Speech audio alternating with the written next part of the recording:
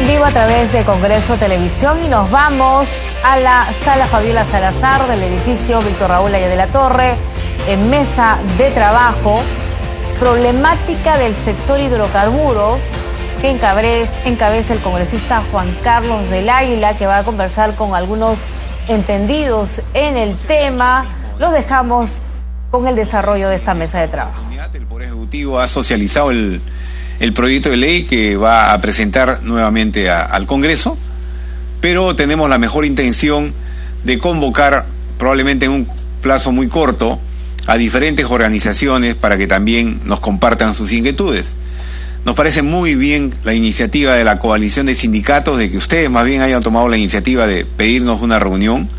Con mucho gusto estamos accediendo, porque, como bien saben ustedes y tendrán la oportunidad seguramente posteriormente de ser escuchados en otras instancias del Congreso, no es en definitiva lo que nosotros podamos pensar en lo que va a ser la ley. Finalmente es el Pleno del Congreso, las diferentes bancadas políticas, las que tomarán la decisión de manera oportuna.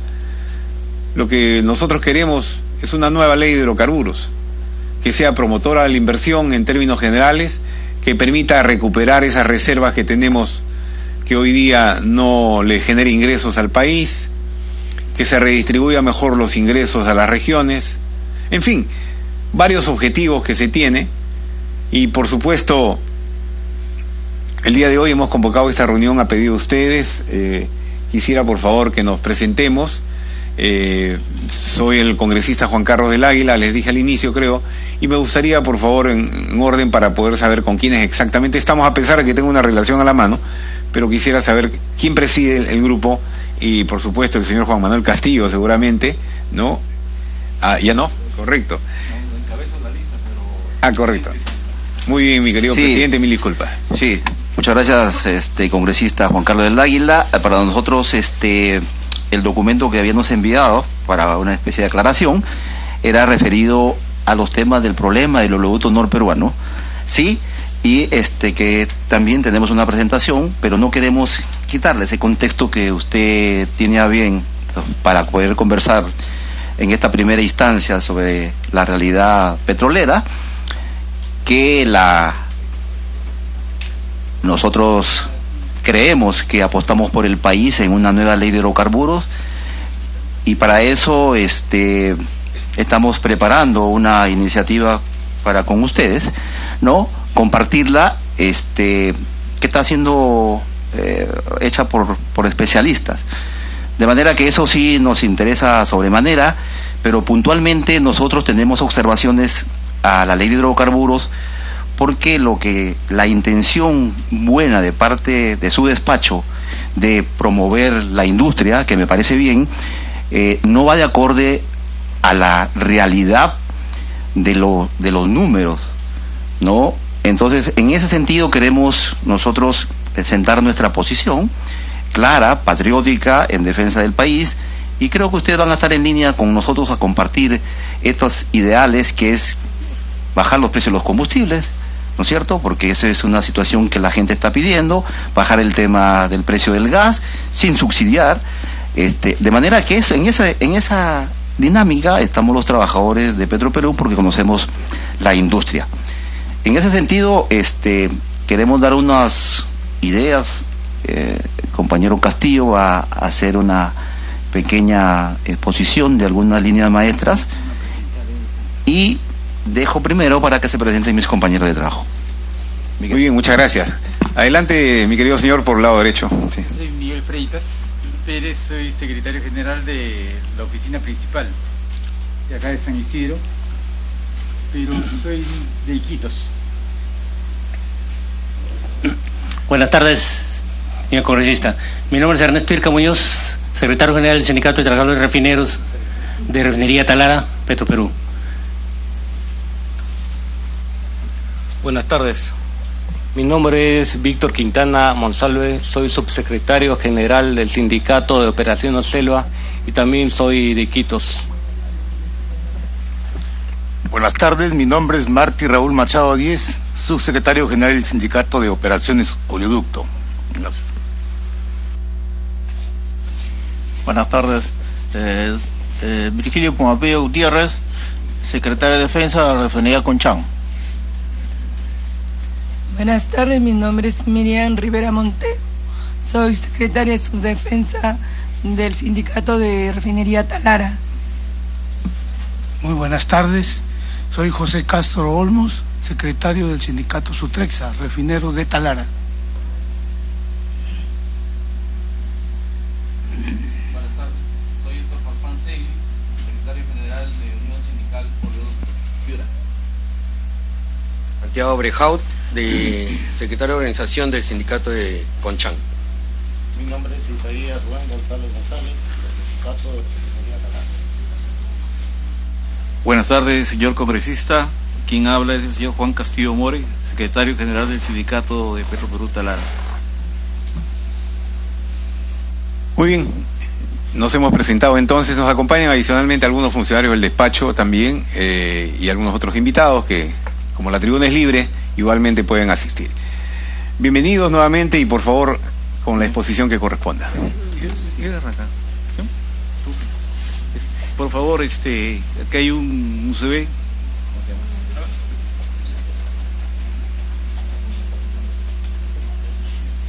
Repártale el gato.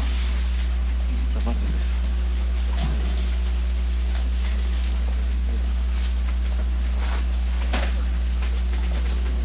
Mientras van instalando el UCB, quisiéramos hacer un comentario, ¿no?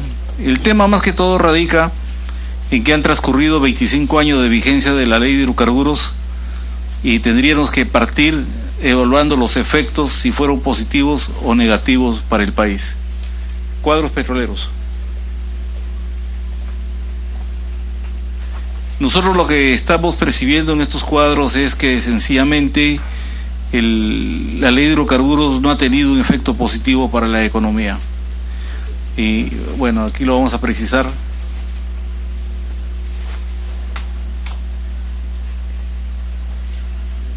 Ese primer cuadro, más que todo son cifras, ¿no? Pero quisiera más bien que pasen al segundo, que ya es el gráfico. El segundo cuadro, por favor.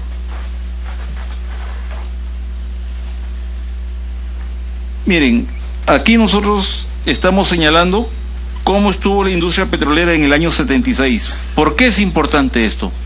Porque esos son los años de inicio de Petroperú. Y cómo se encontró la producción de petróleo en un promedio de 60.000 barriles por día.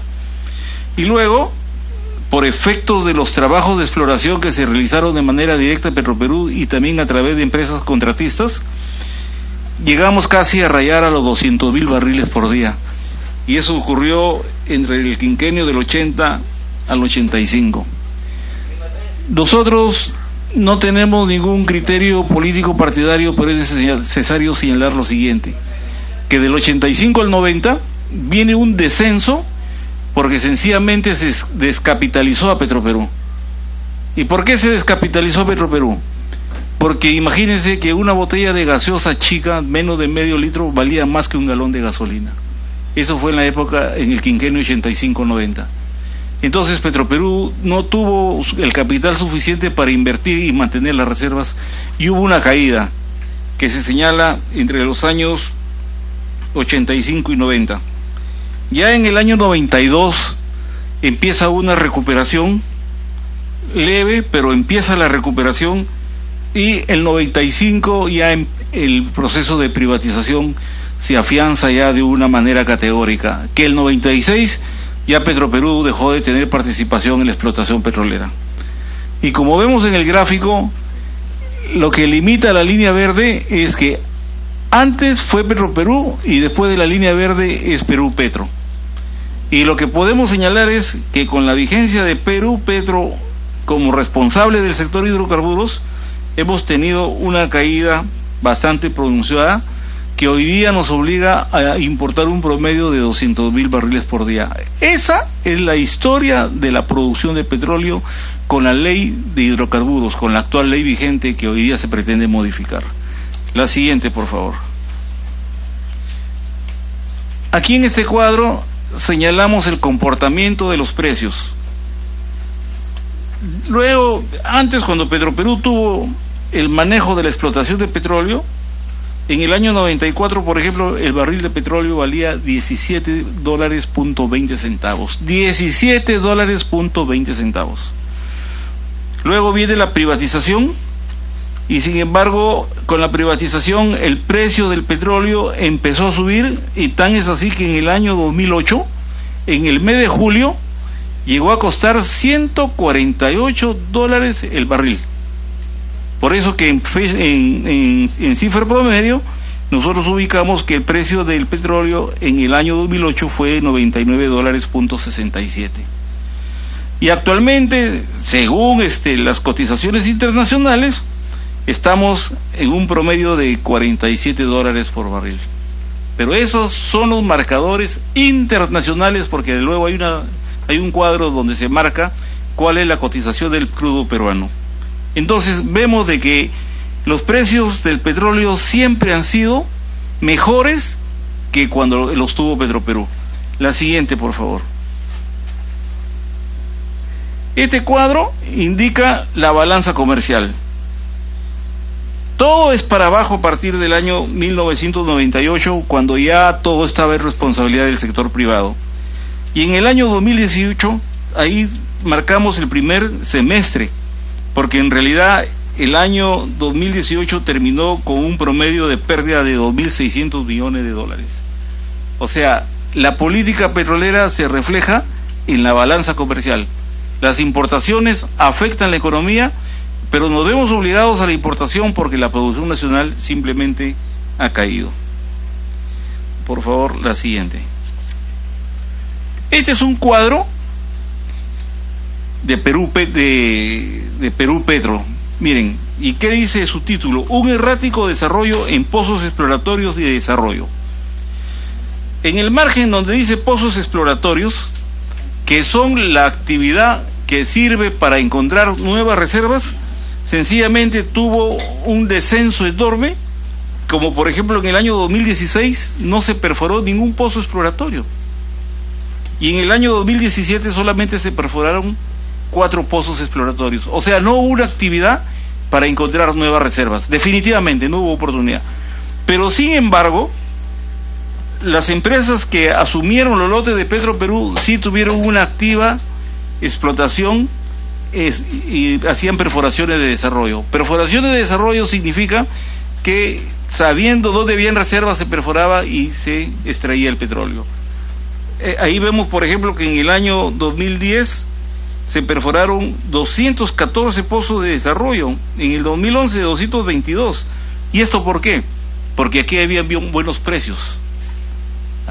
El tema aquí era precios. Entonces aquí nosotros no tanto que reneguemos de la empresa privada, pero estos resultados simplemente reflejan lo que es el interés del privado, de solamente invertir cuando en realidad le conviene. Para ellos no hay intereses nacionales, no hay intereses de desarrollo, sencillamente su interés es comercial. Y el siguiente cuadro, por favor, el siguiente cuadro, el impacto en las regalías. Cuadro del Ministerio de Energía y Minas.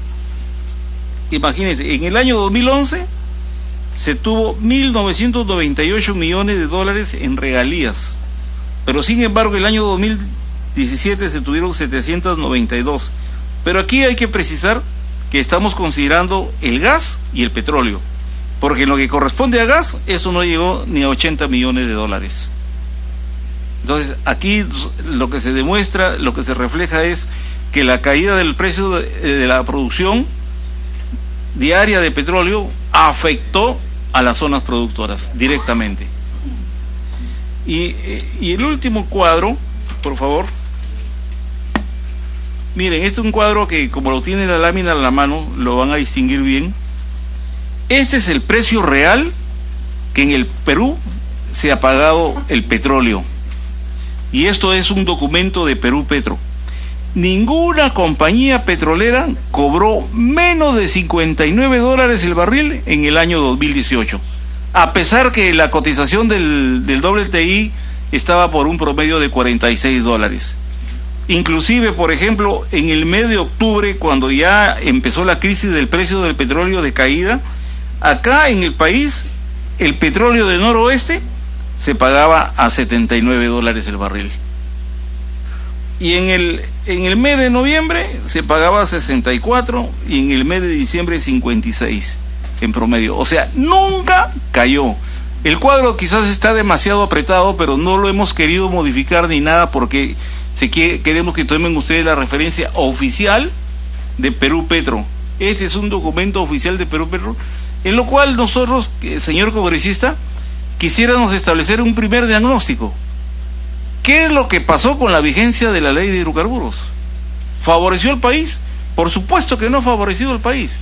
¿Por qué? Porque como hemos visto el cuadro de la balanza comercial es totalmente negativa.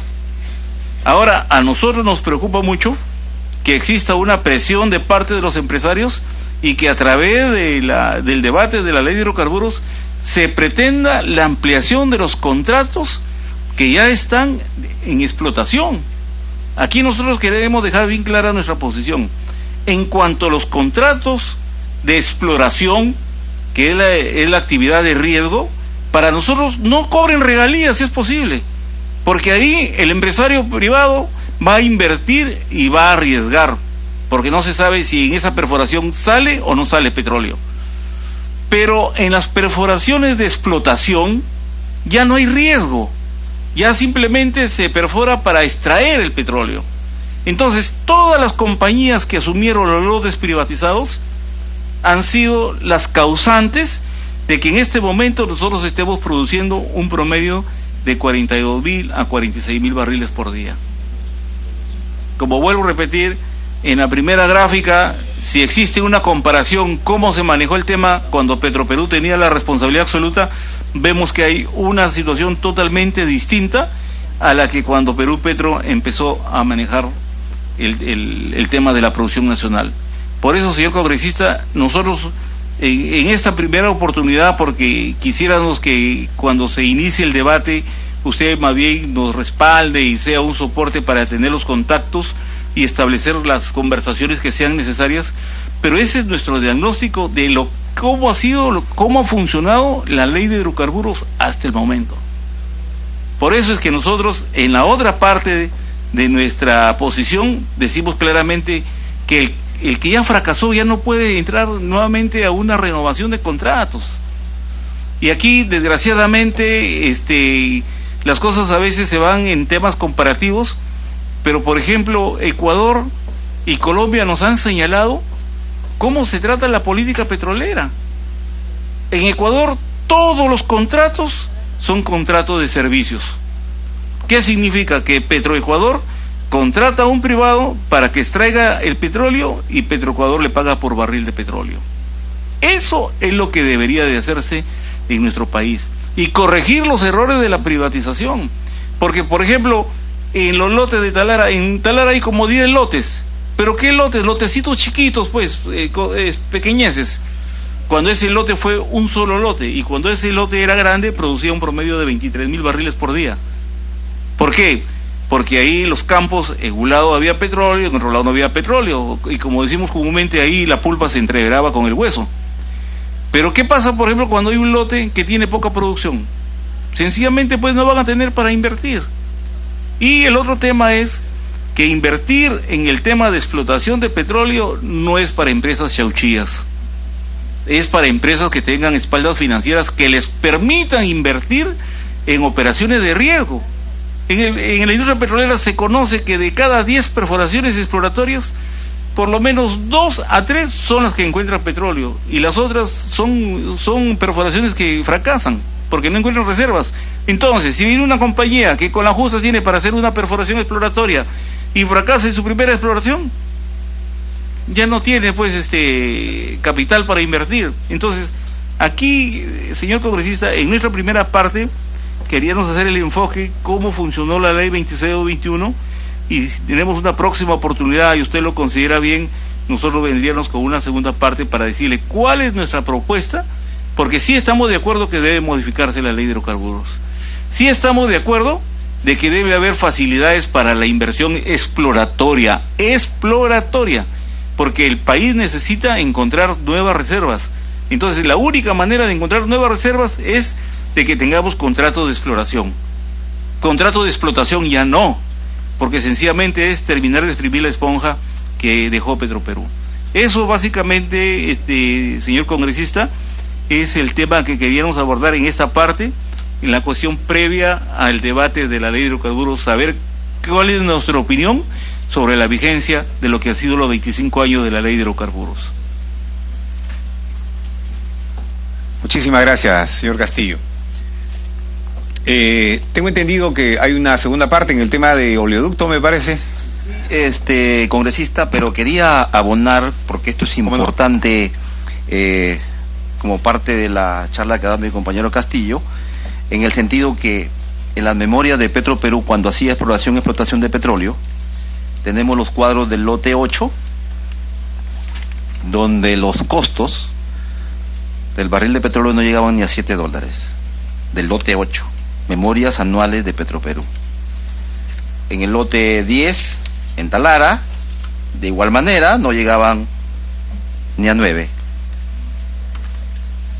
Y voy en complemento con eso porque es importante resaltar, señor congresista, porque como se ha mostrado en los cuadros, cuando se privatiza en los años 90, el precio estaba en 14, 15, 16, 17 dólares, y ahí ganaban los contratistas.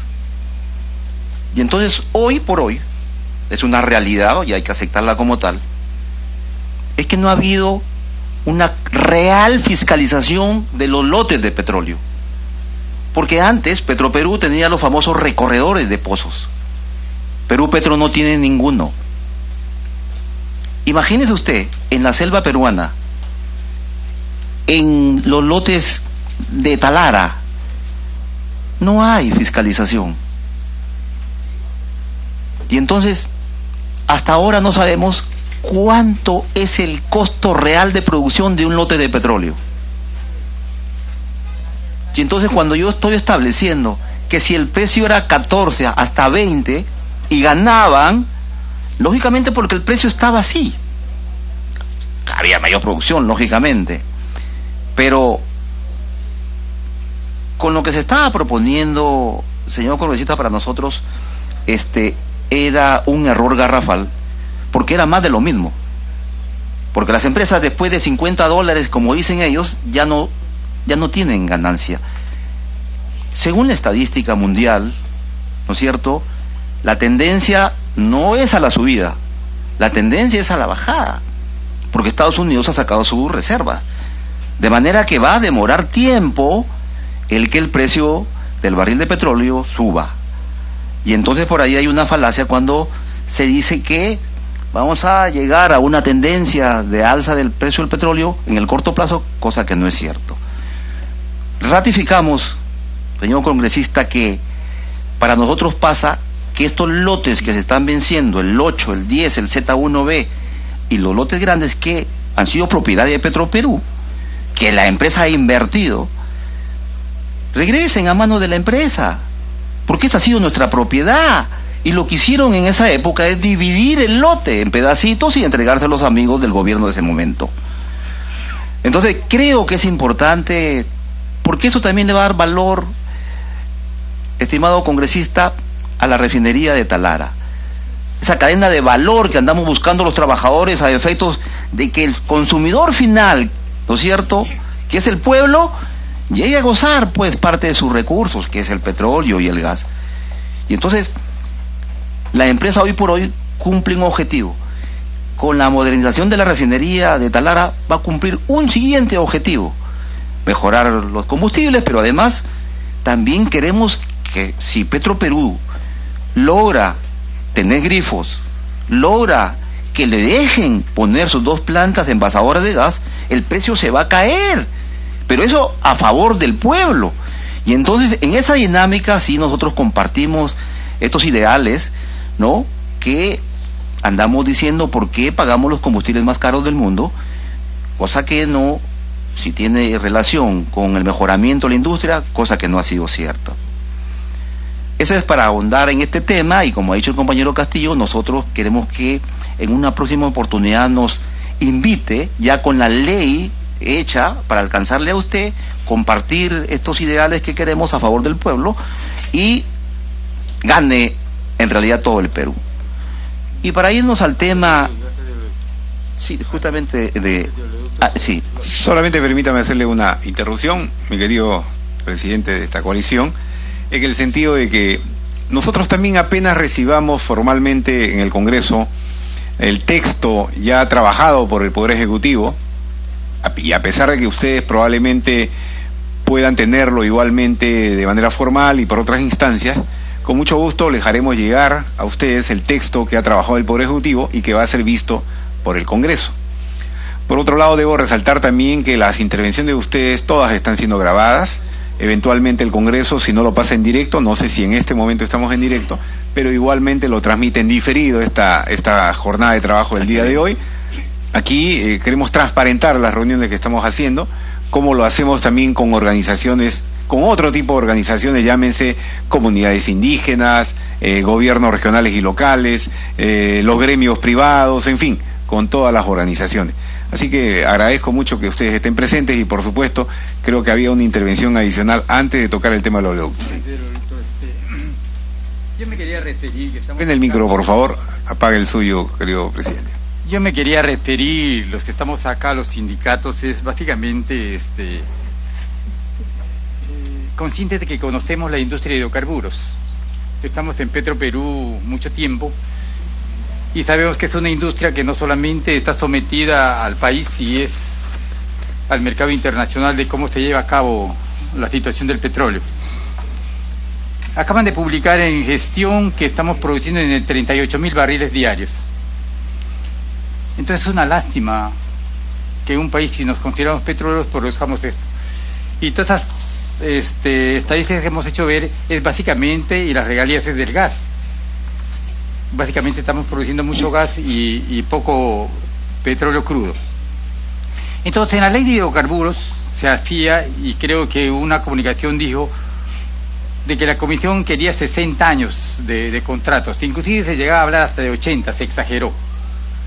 Ahí también nuestros sindicatos discutimos nosotros de cuántos años podrían ser una concesión o un contrato, porque en este momento es 30 años para los contratos petroleros y 40 años para gas.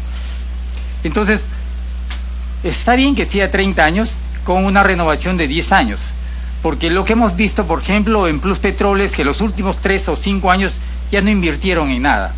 ¿Por qué? Porque nadie les aseguraba que se iban a quedar en el lote. Y por lo tanto el lote 8 prácticamente se quedó abandonado, igual como el lote 192. En ese sentido, creo que debe ser 3 años y con 10 años más de prórroga, para que la compañía se adecue y vea qué es lo que va a hacer en esos últimos 10 años. Y lo otro que tenemos encima todos para el desarrollo de la industria de la explotación petrolera es las comunidades nativas, que no podemos salirnos de eso en este momento. Entonces, ¿qué piensa el grupo parlamentario sobre qué hacer en las comunidades nativas? Que con todo derecho reclaman la situación en la que viven.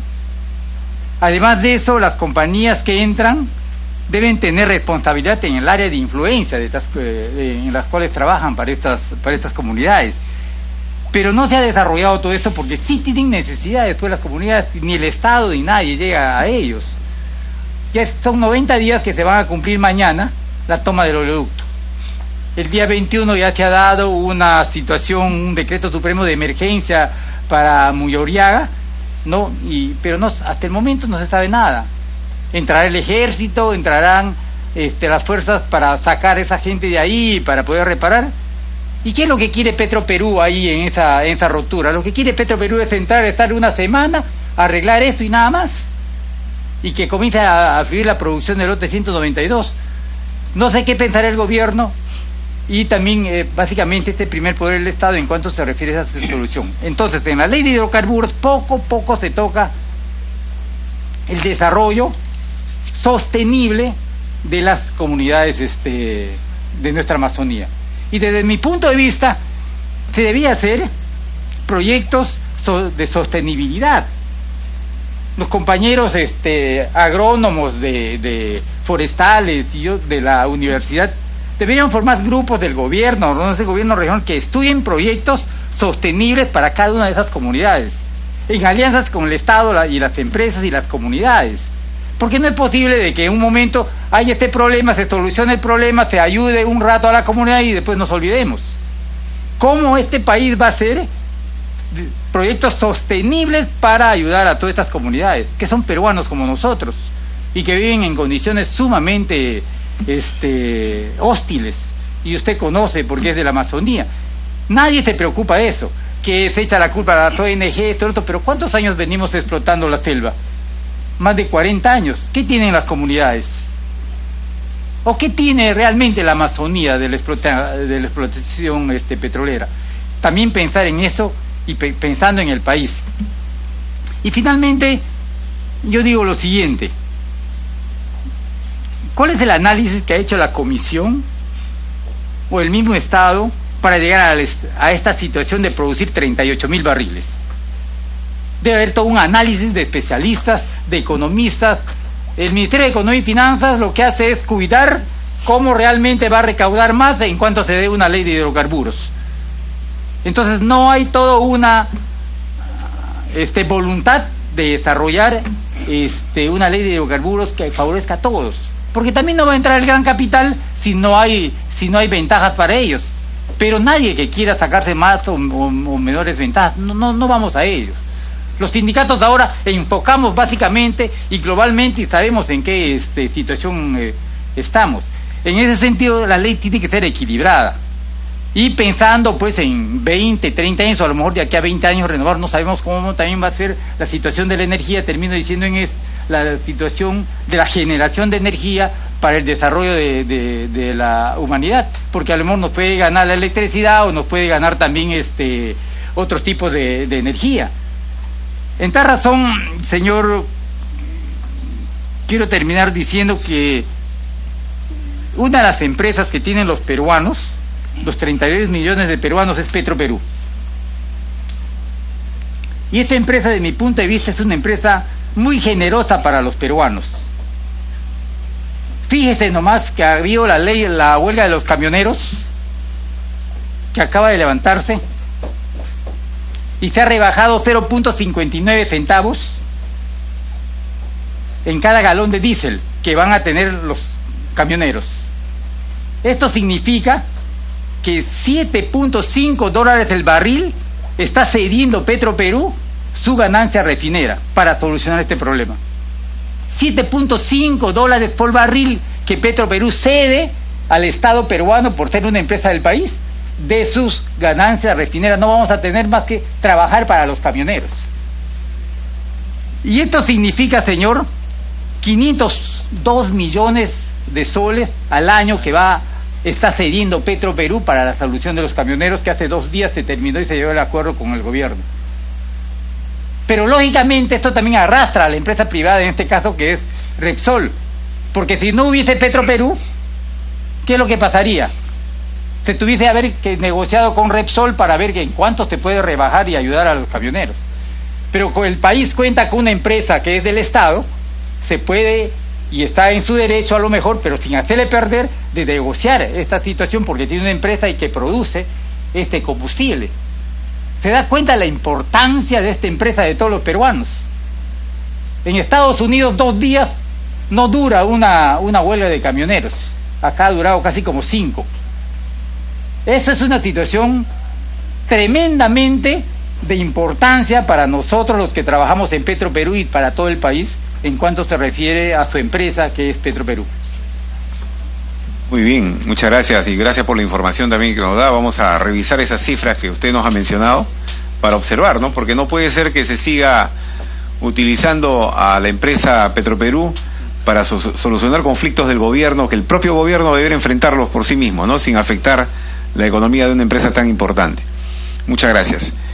Mi querido señor, adelante. Sí, congresista, para complementar nuestra información, que por eso fue el documento alcanzado, respecto al tema del oleoducto. Quien habla es secretario general del sindicato Oleoducto y presidente de la coalición de sindicatos. esta preocupación la hemos venido manifestando a nivel de gobierno desde el primer momento en que se daban las primeras roturas. La coalición de sindicatos, el sindicato nuestro comenzó a hacer una campaña diciendo que eran atentados, y ha pasado un largo tiempo para que esto quede. Desde ese momento le pedimos al presidente Pedro Pablo Kuczynski a que declare la emergencia respecto en la zona de Loreto. Entonces nosotros hemos hecho una serie de actividades para llamar la atención del gobierno, pero hasta ahora nada. Creo que usted también estaba haciendo un trabajo que en Iquitos y que eso lo valoramos de verdad, porque hay una preocupación de parte de su despacho y que debe ser de todos los peruanos y de los congresistas. Y entonces aquí podemos ver la cantidad de incidencias que ha tenido el oleoducto como una primera acciones, ¿no? Pero que la gran mayoría de roturas, en realidad las últimas en el tramo 1, ha sido por efectos de terceros. Pero también hay que traer a colación, congresista, que antes que a nosotros comiencen a atentarnos, también hubieron 20 atentados contra Pluspetrol. O sea, ya estaban haciendo esto con Pluspetrol. O sea, para tomarlo como antecedente. Entonces, de ahí han pasado a nosotros. Siguiente, por favor. ¿Cuánto nos viene costando, congresista? Esta está muy chica porque ha sido de última hora que nos alcanzamos información, pero cerca de 700 millones viene impactando en la economía de Petroperú para remediar esta situación. Y aquí tenemos que ser claros, enfáticos, que hay un grupito, ¿no?, que usted también lo ha mencionado, de falsos apus que están aprovechándose de esta coyuntura para sacar ventaja económica. Esa es una verdad, es una realidad. Y lo otro, congresista, que le pido a usted, porque tiene esas facultades de fiscalización, y ese es un dato extra, por favor, que no lo tomé como tal, pero me parece que el señor que atentó en Morona, señor Zumpa, me parece que el gobierno lo ha sacado en un helicóptero, lo ha puesto en un avión y lo ha traído acá a Lima. Y entonces eso ya sería gravísimo, porque estamos viendo que cómo puede ser posible que alguien que está requerido por la justicia se le dé esas facilidades. Pero esto está dato por confirmar, congresista, pero usted podría indagar más porque tiene esas facultades como la facultad de fiscalización. Siguiente, por favor. Le decía que hemos hecho una serie de documentos desde el año 2018 pidiéndole al presidente de la República, al ministro del Interior, al ministro de Energía y Minas. Siguiente, por favor. Con una serie de documentos planteándole los temas referidos al oleoducto norperuano y su problemática. Entonces, ha pasado ¿cuánto tiempo? Imagínese que en la época del presidente Kuczynski, 2016, ya pedíamos que se declarara emergencia. Pero ahora estos últimos documentos, igual al presidente de la República, al primer ministro, al ministro de Energía y Minas. Y entonces, yo no sé, señor congresista, ¿por qué no se declara la emergencia? Porque Petroperú ya está catalogado como un bien crítico que se formalizó una ley justamente para eso. Y entonces, por un lado, sí, en la empresa privada, estamos hablando del ducto de Camisea, le dan las facilidades cuando hay un problema, y porque a nosotros no nos dan esas mismas facilidades. Entonces, queremos llamar la atención por su intermedio al Congreso de la República, porque ya hemos pedido reiteradamente a que de una vez por todas se declare en emergencia el oleoducto norperuano. Siguiente, por favor. Aquí están las tomas últimas que hubieron, ¿no? Ahí no dejaron bajar el helicóptero y nos dejan hasta ahora 90 días ya mañana, gravísimo, donde no nos dejan reparar el ducto. Entonces, esas situaciones que se han dado en los últimos tiempos, los vemos, congresista, como una cuestión muy coordinada, porque se dio primero en Morona, de allí en la estación 5 y al día siguiente en la estación 1, o sea, una cuestión coordinada, ¿no? Y vimos por las redes sociales cómo los APUs salían a hablar coordinadamente, y entonces eso nos preocupa porque entonces detrás de esto hay también ONG que le vamos a pasar a su despacho para que investiguen por qué no pueden estar atentando contra nuestra Amazonía y contra el país. Y lo que es peor, congresista, es que quieren que la industria del petróleo desaparezca en la selva peruana cuando Iquitos, y esa es la próxima presentación que tenemos es la cantidad de millones que ha dejado de percibir Iquitos, ¿no?, por haber paralizado la industria del lote 192 y el lote 8, Perenco y los demás lotes que están ahí accediendo. Siguiente, por favor. Entonces, todos los atentados que hay, las comunidades, y usted se puede dar cuenta, porque usted es de Iquitos, es que los falsos sapos no tienen las características propias de la gente de la selva, que las conocemos y que está a nuestro lado y que siempre hemos tenido buena vibra con ellos. Siempre ha habido una buena vibra. Acá tenemos, mi colega es enfermero de profesión, hemos el helicóptero cuando han habido picaduras de insectos, de culebras, el helicóptero allí, o sea, hemos estado, no sé cómo se ha perdido esa sinergia que había entre Petroperú y las comunidades, que tenemos que recuperarla. Nosotros estamos en esa dinámica y vamos a apoyar todo lo que es iniciativa de parte, para que también de una vez por todas también el Estado también invierta en esas comunidades. Siguiente, por favor. Todos los documentos de respuesta que nos han dado, y el MINAN nos responde que es el Ministerio de Energía y Minas el que tiene que plantear al Consejo de Ministros la declaratoria de emergencia para que de una vez por todas se dé pues en Loreto se declare la emergencia. Siguiente, por favor. Ahí están los documentos que nos ha enviado el Estado por intermedio del primer ministro. El primer ministro nos dice que nos vayamos al ministro del Ambiente, pero la ministra del Ambiente más bien declaró emergencia ambiental. Y ellos nos dicen que es el Ministerio de Energía y Minas el que tiene que declarar la emergencia vía Consejo de Ministros de acuerdo a ley. Siguiente. Entonces, todas estas situaciones que para nosotros no hay una respuesta positiva de parte del Estado, ¿no? Creemos, congresista, de verdad, de que hay una desatención de parte del primer ministro, que creo que no está haciendo bien las cosas. En ese sentido, nosotros queremos que por su intermedio, su bancada, las otras bancadas puedan tomar conciencia de algo fuerte que se anuncia en esa gente, en el sentido de que no haya industria petrolera, que eso es gravísimo para el país. En ese sentido es que concordamos. Siguiente, por favor. Ahí están los documentos que nos han enviado los diferentes ministerios, ¿no? Las respuestas que, siguiente, por favor. La respuesta del MINAN, ¿no? Solicitamos declarar en estado de emergencia el oleoducto norperuano. Siguiente, por favor, ¿no? Ahí está el documento del Premier, el documento que nos han hecho alcanzar oficialmente, ¿no? La última, por favor. Las recomendaciones que nosotros hemos hecho en las cartas es, lógicamente, pues, que lograr que las autoridades gubernamentales agoten esfuerzos para que de una vez por todas las comunidades nativas cercanas al oleoducto se mejore también la calidad de vida, y creo que ese trabajo lo están haciendo ustedes como congresistas y que me parece bien. El fortalecimiento de las relaciones comunitarias, nuevamente retomar con ellos, pero los verdaderos sapos, no los falsos, ¿no?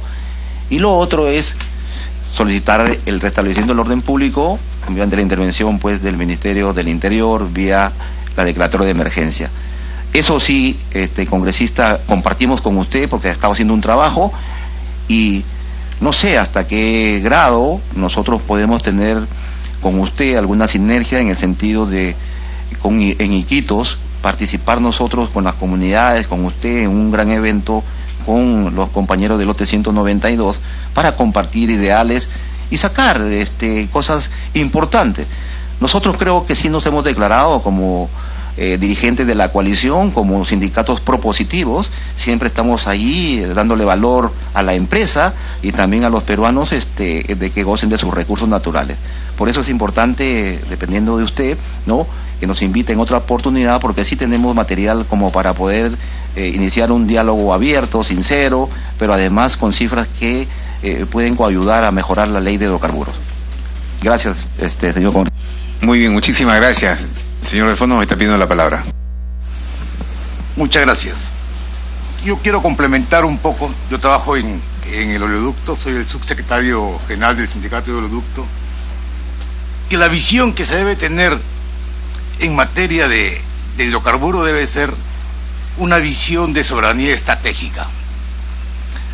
Tenemos que ver que los campos de la selva la producción es de un crudo de una calidad menor, tenemos que ver el tema del ducto y tenemos que ver el tema de la refinación y de la distribución. Entonces nos damos cuenta que todo eso son partes que terminan en un todo. Entonces, si nosotros vamos a privilegiar una nueva ley de hidrocarburos con el San Benito de que la inversión privada es la que nos va a salvar, y no atendemos el tema de la seguridad propia del oleoducto, no estamos haciendo nada, señor congresista, disculpe, no lo estoy increpando, pero como visión no estamos haciendo absolutamente nada.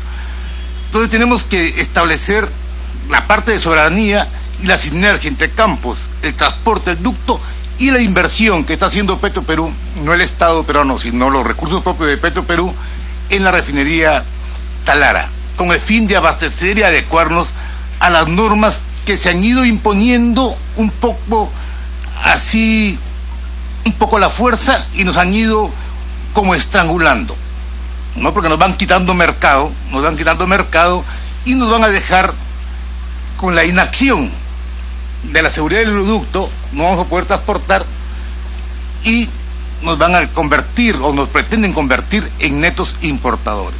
Pero eso, ¿a quién afecta? Eso afecta al ciudadano de a pie.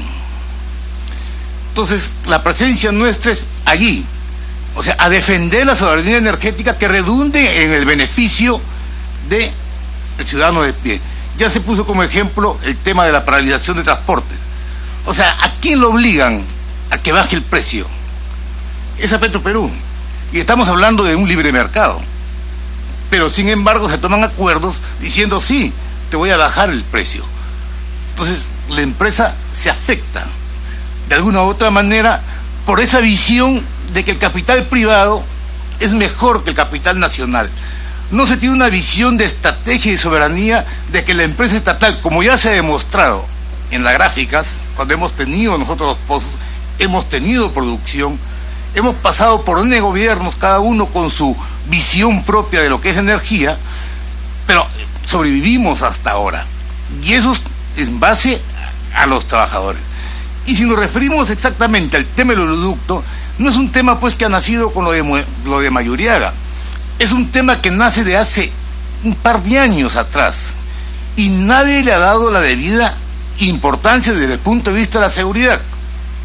Ya Caretas publicaba en ese momento de falsos sapos, ¿no? Y era una información de dominio público, pero nadie del gobierno hizo nada. Y esto, o sea, esta es una información pública, ya se publicaba ya de falsos sapos. Yo he escuchado sus declaraciones en radioprogramas y usted también habla de los falsos sapos. Entonces, ¿a qué se debe? Yo pregunto la inacción de parte del gobierno de sentar el principio de autoridad que usted también lo ha pedido enérgicamente a una entrevista de radioprogramas. Entonces yo creo que aquí debe de plantearse las cosas y ver y ya franquearnos cuál es la visión pues del gobierno en cuanto al desarrollo de la industria petrolera nacional. Y estaba mirando un poco sobre lo que dice la ley, la disponibilidad de los productos derivados de hidrocarburos. Contratista tiene libre disponibilidad de los hidrocarburos que le corresponden. En caso de emergencia nacional declarada por ley, el Estado puede adquirir hidrocarburos de los productores locales a precios internacionales. O sea que si hubiera como hay inundación, hubiera un terremoto, y en el caso del CENEPA, nuestras estaciones sirvieron como punto de logístico estratégico para la guerra del CENEPA. El combustible que se consumía en las aeronaves que defendían el territorio nacional lo daba Petroperú, al precio de Petroperú. O sea, toda esa visión tenemos que verla. No estamos en contra del capital privado, estamos a favor de que exploren, que se saquen a la luz nuevas cuencas, pero que se vea como un todo, no una parte, ¿no? Incentivo a la producción con regalías, con menos regalías a 40, 50 años, no soluciona el problema, señor congresista, porque el oleoducto es inseguro por actos vandálicos. O sea, ¿me entiende? O sea, hay que verlo en una forma global. Ya existe el compromiso dado por el presidente de la coalición que en una segunda oportunidad nosotros traeremos una propuesta de una ley de hidrocarburos, aparte de la propuesta que ustedes van a recibir del Ejecutivo, que básicamente recoge todo lo que dice la Sociedad Nacional de Minería y Petróleo. Básicamente va a recoger eso, básicamente, porque eso ha sido dicho por los mismos dirigentes o directivos de la Sociedad Nacional de Minería y Petróleo. Nosotros tenemos ya un proyecto alternativo donde vamos a privilegiar la soberanía energética nacional y vamos a privilegiar que esto redunde en el ciudadano de a pie, que creo que tiene derecho a gozar de sus recursos naturales. Esa era la invocación que le hacía y la intervención que quería hacerlo. Gracias, congresista. No, las gracias a usted, mi querido señor. Nos pide también la palabra el distinguido dirigente. Gracias, señor congresista. Bajo ese mismo contexto que se han dirigido nuestros compañeros, quien le habla soy refinero. Y hemos visto la importancia que tiene esta nueva ley, estas modificatorias de la ley 26.221. Y realmente que sería para todos los peruanos y sobre todo para quienes estamos inmiscuidos en esta industria del petróleo, de que esta nueva ley, ojalá que el texto que sea emitido por el Ejecutivo también sea previamente analizado por nosotros, la coalición. Esto tiene muchas cosas que van a beneficiar al pueblo peruano. Actualmente, Petroperú hace llegar sus combustibles hasta los rincones más álgicos de nuestro territorio peruano. La competencia no lo hace. No lo hace. Petroperú tiene ese compromiso con los peruanos de llegar a los combustibles y abastecerlos.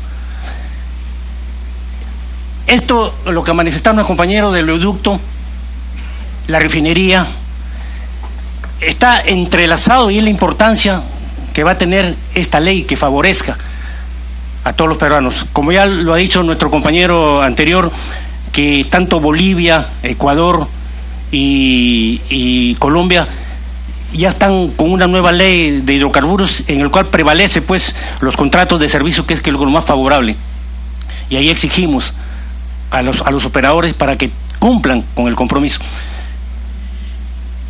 En el Perú, para poder abastecer el combustibles a todos los peruanos, son un promedio de 250,000 barriles diarios que tienen que quemar las refinerías de Petroperú. El lado de conocimiento que, aparte de la refinería de Talara, existe la refinería de Iquitos y la refinería de Conchán. En Talara, por el proyecto de la modernización de la refinería de Talara, en estos momentos están variadas las cargas. Esa refinería, la antigua, tiene una capacidad de 60,000 barriles diarios. Estamos ahorita entre 50 y 55 barriles, 55,000 barriles, pero de esos 250,000 barriles que necesita el Perú para poder abastecerlo de combustible, 40, 45, hasta 50 se autoabastece el Perú, el resto tenemos que comprarlo al extranjero, señor congresista. Esa es una fuga de divisas. Eso representa al año a todos los peruanos una fuga de divisas de más de 3,000 millones de dólares. Con una buena ley orgánica de hidrocarburos, esas divisas, señor congresista, van a revertir al pueblo peruano. Por lo consiguiente, creemos nosotros de que es necesario una ley que sea favorable para el peruano, no para el operador extranjero. Esto conlleva ¿por qué? Porque el nuevo proyecto de refinería de Talara, su inversión de más de 4,000 millones de dólares nos va a garantizar su pago inmediatamente con este proyecto, con esta nueva ley. La interconexión del mismo del oleoducto con la modernización del oleoducto nos va a garantizar, porque esa refinería justamente está diseñada para procesar ese crudo del lote 192, señor congresista. Va a ser más barato, el margen de ganancia va a ser más favorable para el peruano. Entonces, por eso quería yo más bien complementar estas ideas como refinero, a efecto de que la importancia que tiene esta nueva ley que favorezca al pueblo peruano. Yo le suplico y lo voy a hacer extensivo, ¿no? Sobre todo a los que trabajamos en refinería de Talara, a efecto de que por intermedio de su persona definitivamente vamos a tratar de que esta nueva ley sea favorable para todos los peruanos y sobre todo para todos los petroleros. Bien, muchísimas gracias, mi querido señor. Adelante. Buenas tardes. Yo quisiera hacerle una pregunta. ¿Usted qué piensa de lo que ha manifestado el ingeniero Seferino Yesquén con respecto, no sé si conoce las declaraciones que ha dado con respecto al oleoducto? El oleoducto está con un problema y él sale diciendo que el crudo debe salir por Brasil o por Ecuador. ¿Qué le sugiere ese tipo de posición? Porque hasta los más recalcitrantes en el tema de hidrocarburos a favor de los privados han salido a manifestarse en contra de esa posición. Bien, muchas gracias. Yo, por supuesto, me reservo la intervención al final, pero no sé si alguno de los dirigentes también quiere hacer uso de la palabra. Con mucho gusto le voy a contestar en su oportunidad. Y lo otro, no me contesta la pregunta sino para el final, y lo otro es que tenemos que tomar en consideración cuánto se está perdiendo en el tema de canon en la región de Loreto.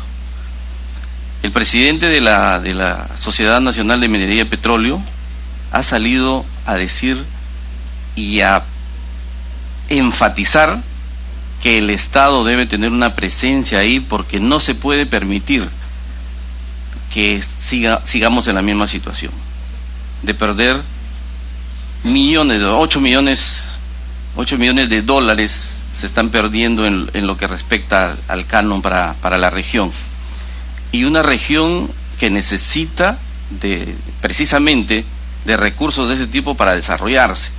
Y lo otro, pues, que el Estado tiene que tener presencia en las comunidades. Nosotros vivimos, compartimos con los nativos, con los hermanos nativos, y tienen unas carencias increíbles, pues. Miles de millones de dólares han recibido los gobiernos regionales, y las comunidades nativas no tienen nada, absolutamente nada. Y el rol preponderante que siempre manifestamos de Petroperú siempre está ahí, para coordinar, para ayudarles en el tema de salud, en los temas cuando alguien se enferma que hay que evacuarlos, etcétera, ¿no? Siempre la presencia de Petroperú va a estar para ellos.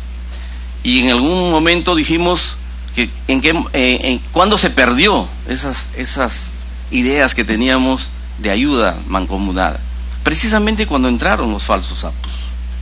Ahí hemos perdido esa presencia que teníamos, porque nos comenzaron a cambiar las ideas de qué es lo que pensaban ellos, ¿no?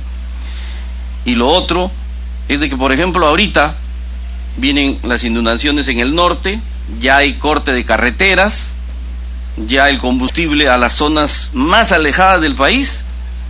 ¿Quién va a llegar con eso? Petroperú. Petroperú va a llegar como sea al último rincón, y la empresa privada nunca lo hace.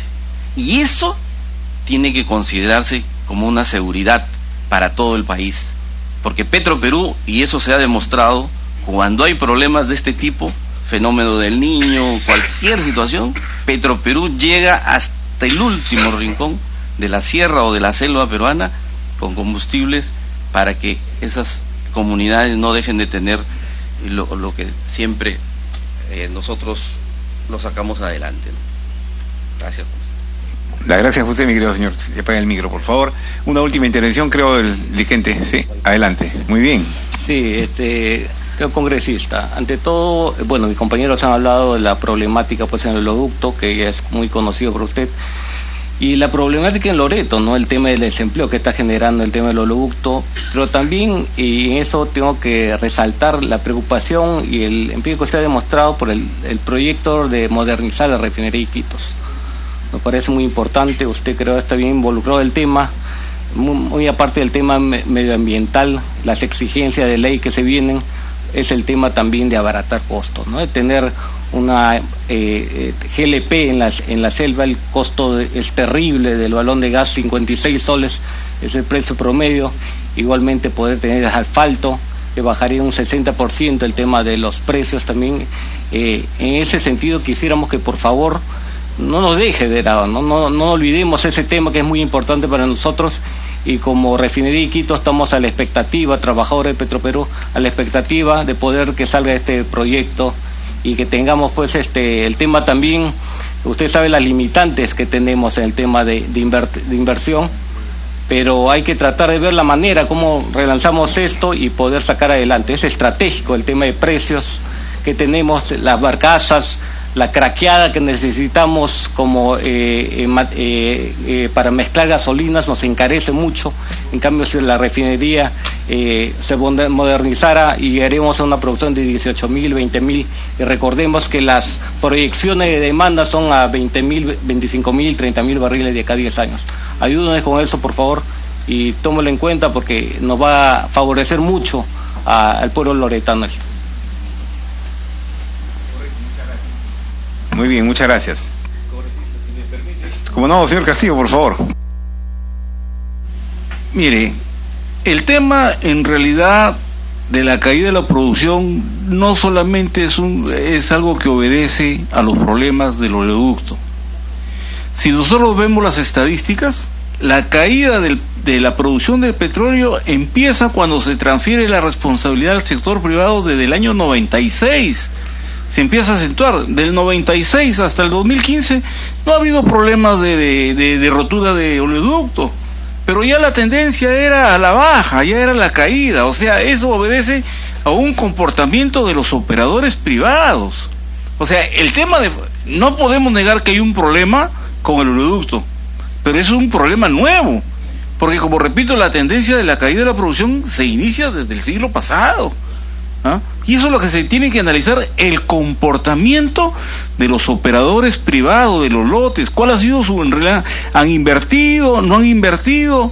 Imagínese usted, se privatizó el lote 10 y el lote 8, compromiso de inversión, $25 millones en 5 años, en la industria petrolera, que una empresa petrolera grande, con un lote que produce más de 20.000 barriles por día, va a invertir $5 millones para mantener la producción. Eso pues en la industria petrolera esa es una suma muy irrisoria.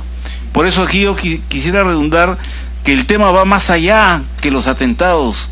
El tema es el comportamiento de los operadores privados. La tendencia de la caída se inicia desde el momento en que ellos asumieron los lotes, desde el año 2006. Eso era lo que quería adicionar, señor congresista. Y le agradezco, señor Castillo, por su exposición. En la primera parte, que la he escuchado también atentamente, sobre la nueva ley de hidrocarburos y sobre la ley vigente, por supuesto, ¿no? Que sobre todo ha enfatizado mucho y ha perfilado de alguna manera a través suyo y a través de algunos dirigentes que han hecho uso de la palabra también, algunos de los lineamientos que desearían ustedes probablemente esté contenido en la nueva ley. Y que, como bien lo dijo usted, oportunamente hará llegar su propuesta a la coalición aquí al Congreso. No olvidemos que la propuesta de una nueva ley de hidrocarburos no es una iniciativa del Congreso, es una iniciativa del Poder Ejecutivo. Lo que está haciendo el Congreso es una revisión, lo que va a hacer es una revisión integral de esa norma y un mejoramiento, si es que cabe hacerle algún mejoramiento.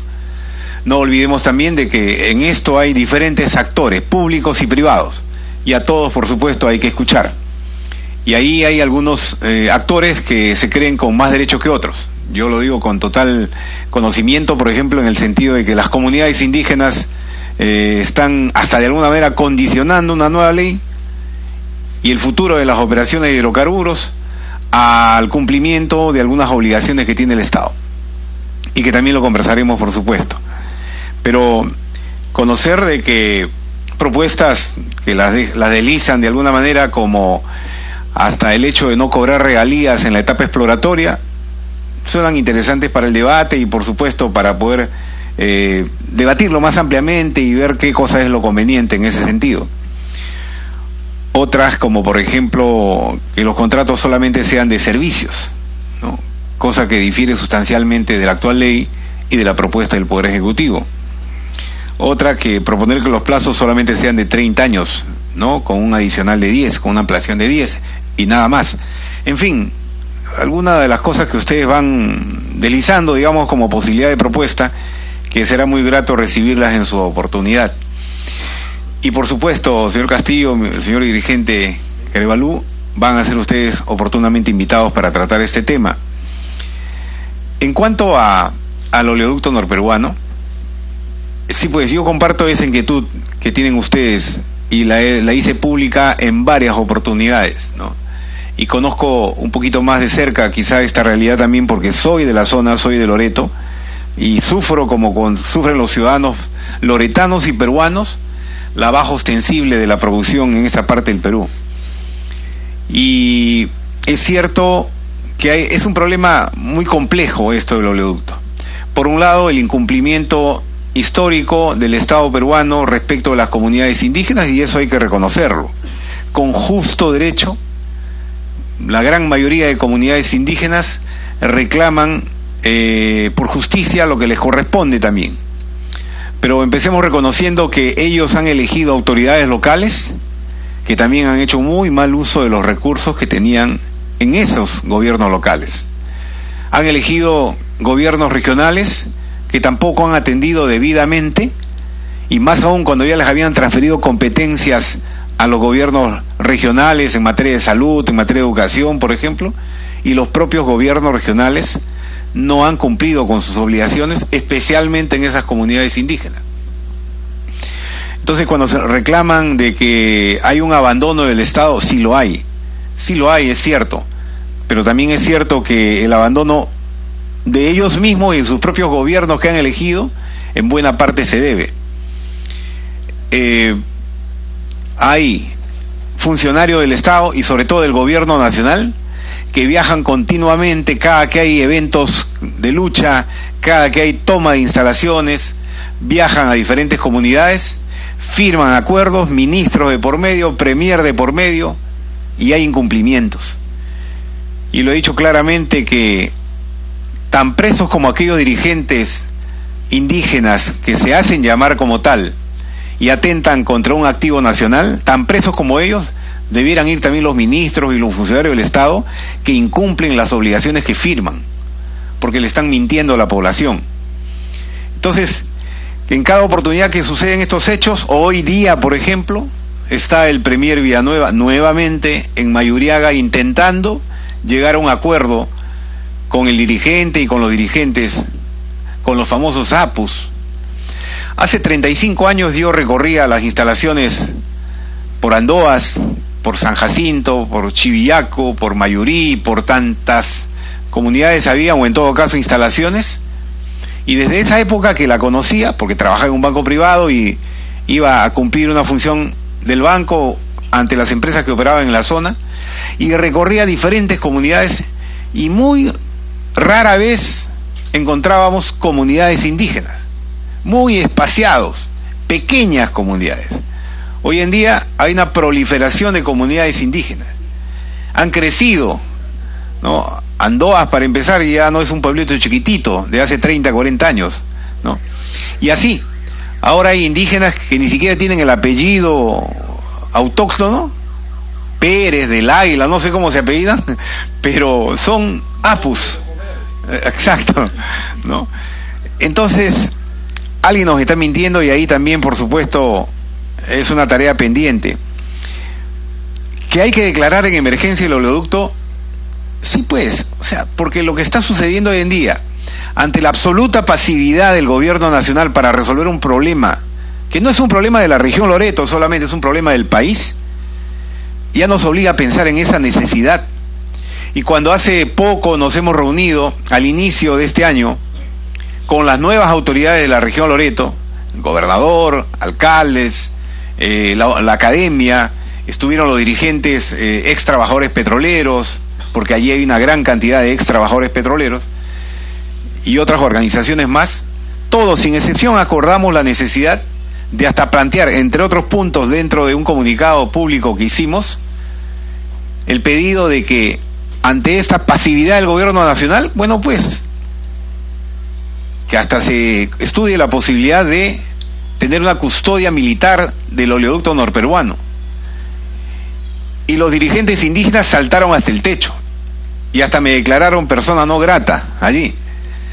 Y la verdad que no me hace mella que me declaren persona no grata algunos falsos dirigentes indígenas, porque no son los verdaderos dirigentes aquellos que actúan de esta manera. Esos son delincuentes. lo he dicho públicamente y no tengo ningún reparo y me voy a mi tierra en cada oportunidad que puedo.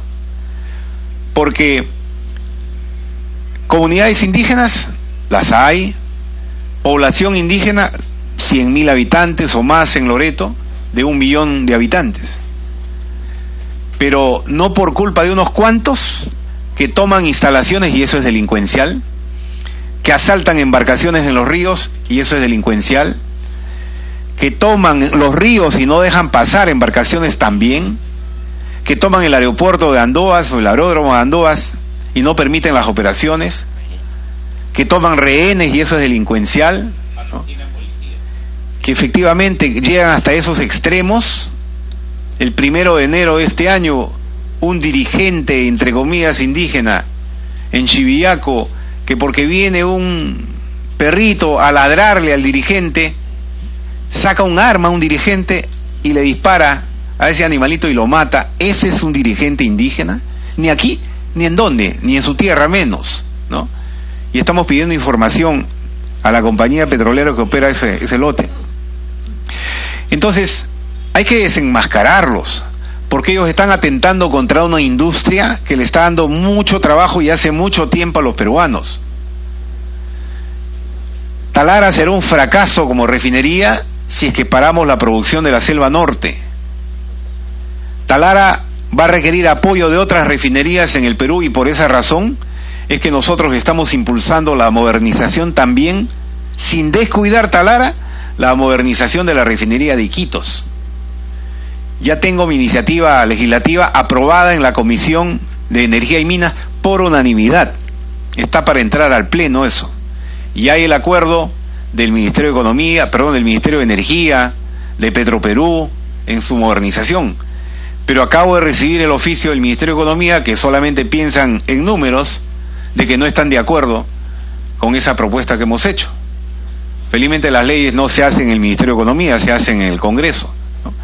Pues bueno, buscaremos la manera cómo ponernos de acuerdo con el Ejecutivo para sacar adelante esta propuesta. Entonces, si no hay principio de autoridad en custodiar un bien nacional, algo tenemos que hacer desde el Congreso. Si se le pide al Ministerio del Ambiente y declara la emergencia sanitaria ambiental, si se le pide al Ministerio de Energía y hasta ahora no toma esa iniciativa de plantear en el seno del Consejo de Ministros, conversaremos con el ministro respectivo, veremos si es que no hay un antecedente de haberse declarado ese bien ya como un tema para declararlo como por la emergencia. No sé si es que ya ha habido una iniciativa en ese sentido en años anteriores. Si no, lo vamos a plantear en todo caso nosotros, porque creemos que la refinería, y en este caso, el oleoducto norperuano no puede parar. Por eso es que hay declaraciones de funcionarios públicos, y aquí le respondo a mi amigo dirigente, por eso es que hay declaraciones de altos funcionarios del Estado peruano, del presidente de Perú, Petro, que va a Iquitos y ha estado en otros lugares también, señalando la posibilidad de la necesidad de que la producción de la selva norte, si es que el oleoducto norperuano continúa en la situación en la que está, puede abrirse un canal entonces para trasladar nuestro petróleo, nuestro crudo, o por Brasil o por Ecuador especialmente. Ecuador creo que tiene hasta 2 oleoductos, Colombia creo que tiene hasta 6 oleoductos, el Perú tiene 1. Si vamos a estar pensando así, es porque ya estamos pensando en extremos. Estaríamos reconociendo entonces que el gobierno nacional no tiene la capacidad para poner control y establecer un principio de autoridad allí. Si es que vamos a llegar a ese extremo también, podría significar que estaríamos hablando quizá, incluso, ¿por qué no? Podemos pensar en voz alta, de responder a algunos otros intereses, de dejar de lado a Petroperú en la administración de su oleoducto, de postergar esa modernización que Petroperú tiene. Todo eso se puede pensar, en todo eso podemos estar de acuerdo o no, pero es todo lo que podemos tener en el escenario como posibilidades para el análisis. Yo no quisiera, sinceramente, postergar la necesidad de la modernización del oleoducto norperuano, que va a costar dinero, sí cuesta dinero. Ya los directivos de Petroperú han señalado que esto puede costar ¿cuánto? 600, 800 millones de dólares. Y ya sabemos que en el Perú un proyecto empieza con ese monto y por lo menos termina en mucho más, ¿no? Entonces, cuando el dirigente Querevalú me pide que la coalición, o me dice que la coalición puede ser un aliado importante para el diálogo con las autoridades regionales, con todo gusto. Hace poco las comunidades indígenas y que tuvieron un enfrentamiento en esa reunión en el gobierno regional de Loreto con los ex trabajadores petroleros, porque ellos también estuvieron ahí frente a frente, concluyeron un acuerdo con el gobernador regional de convocar a autoridades. Estará el gobernador, los alcaldes, los dirigentes, estarán los ex trabajadores, y por qué no pueden estar ustedes también, por supuesto, para participar de esta reunión, porque ahí lo que se quiere es definir el futuro petrolero de Loreto. Loreto no puede ser excluyente a la realidad nacional. O sea, no es un tema de que si queremos o no queremos, hay o no hay producción petrolera. El petróleo es un bien de todos los peruanos. Yo soy loretano, por supuesto, quiero a mi tierra, pero ante todo peruano, y lo digo abiertamente, y no porque reniegue de mi región. Nosotros pertenecemos a diferentes regiones, pero sobre todo somos peruanos, y debemos pensar como tal. Y si pienso como un peruano de bien, estoy queriendo el desarrollo de mi región. Por eso me he interesado en algo que, siendo congresista, para mí es un tema de prioridad. Yo antes nunca estuve metido en el tema petrolero, nunca estuve en el tema de hidrocarburos, más allá de haber ido por un banco privado a trabajar ahí algunos pocos días en cada oportunidad. No más.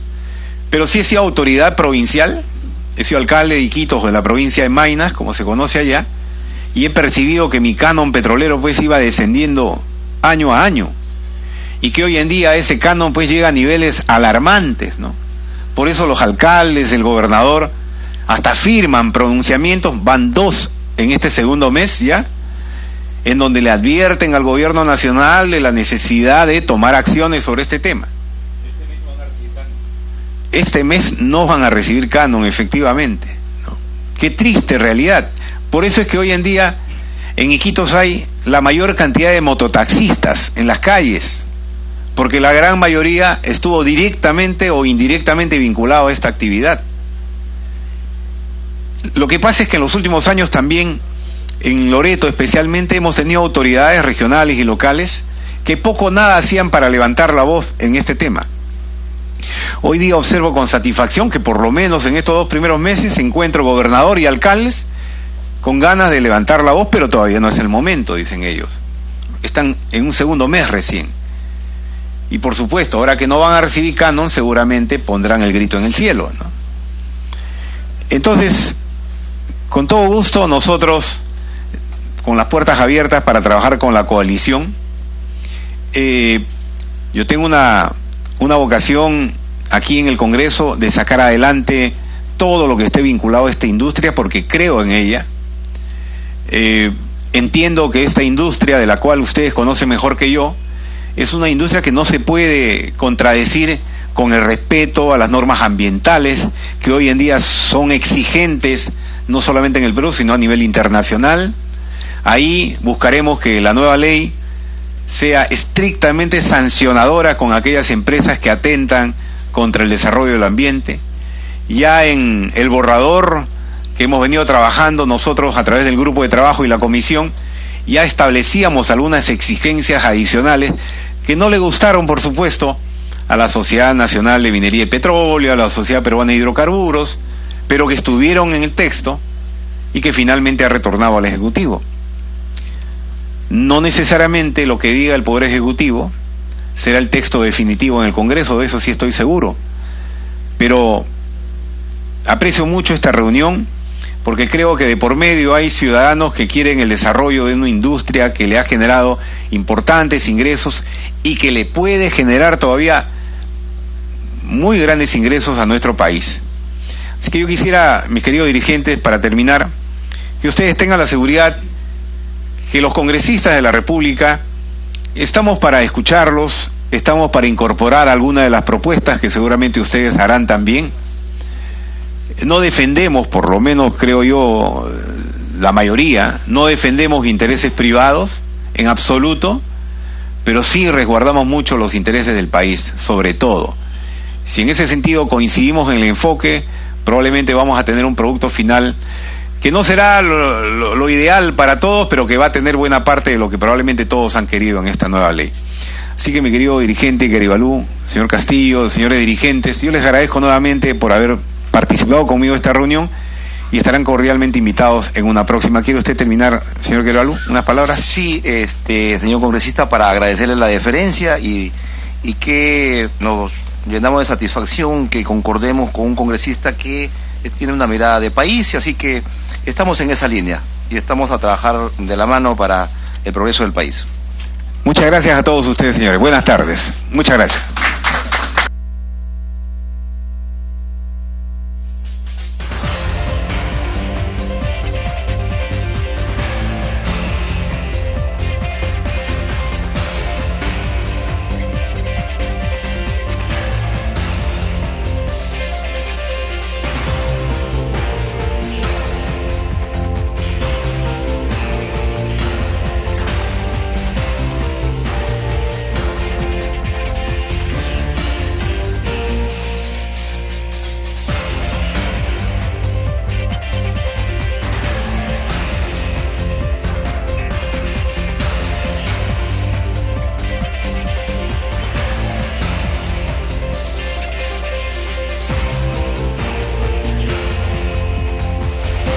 Bien, veíamos el desarrollo de esta mesa de trabajo encabezada por el congresista Juan Carlos del Águila. Él ha señalado que va a seguir escuchando a las diferentes organizaciones, sindicatos.